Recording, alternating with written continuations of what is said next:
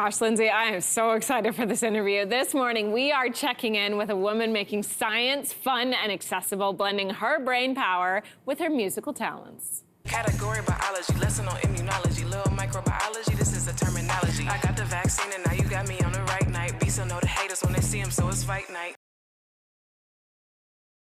This is Dr. Raven Baxter, aka Raven, the Science Maven, putting her own scientific spin on Megan Thee Stallion.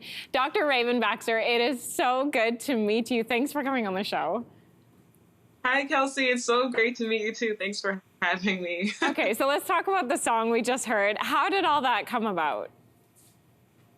You know what? I think I really enjoy music and dancing, and I also love science. And what better way to share the messages about science than to combine them two and get people dancing and learning at the same time, right?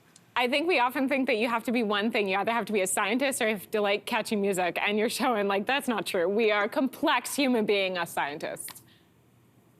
Absolutely. I think that should be celebrated, right? There are so many people that are multidimensional, and I think the beauty and diversity is that we can express all of that and connect with each other in different ways.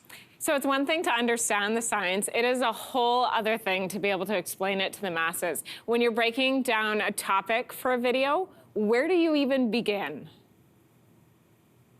I try to think about what do people want to know the most. And then I also think about what gets me excited, because I get excited sharing things that I'm passionate about, and that in turn can make other people excited as well. So I try to answer questions and then pique people's curiosity as well. You're so good at what you do. I mean, I've been following you, I feel like, since the beginning, and the amount that I learn from you is staggering. Where did your love of science come from?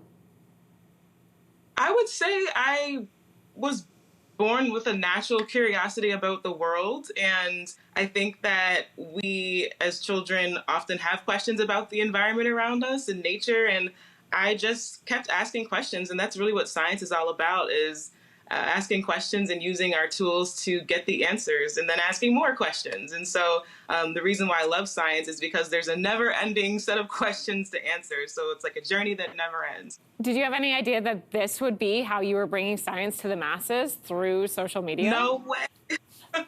No way.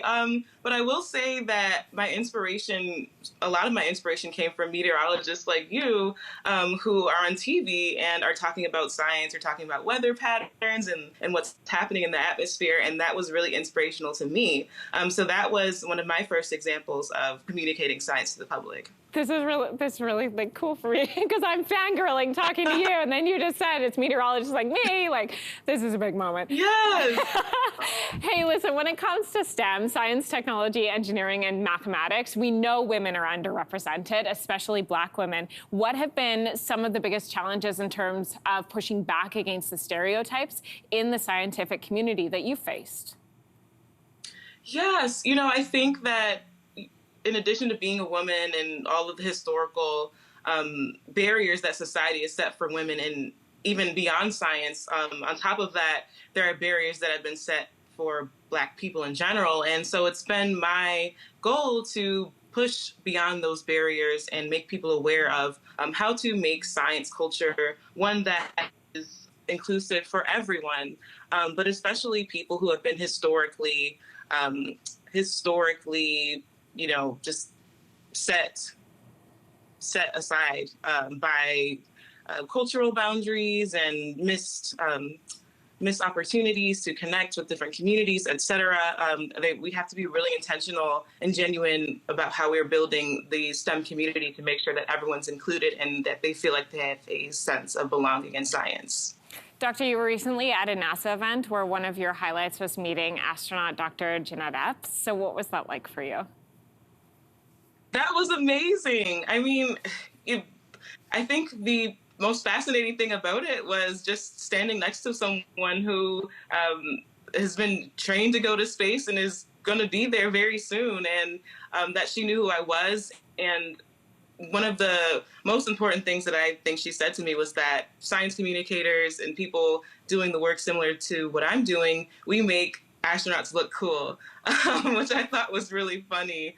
but it's also important, the way that we talk about science and the way that we present science to the public really does influence how people interpret and can relate to other scientists. And so I'm really proud that I'm able to make that kind of impact. And she's really awesome. Oh, I bet. Listen, it is a career highlight for me talking to you because you do make such a difference. So keep doing the work you're doing, and thank you for coming on the show. Thank you for having me. Have a great day. You too, you too. Hey, thanks for watching. If you liked this, be sure to subscribe here, or you can check out more Your Morning videos right here.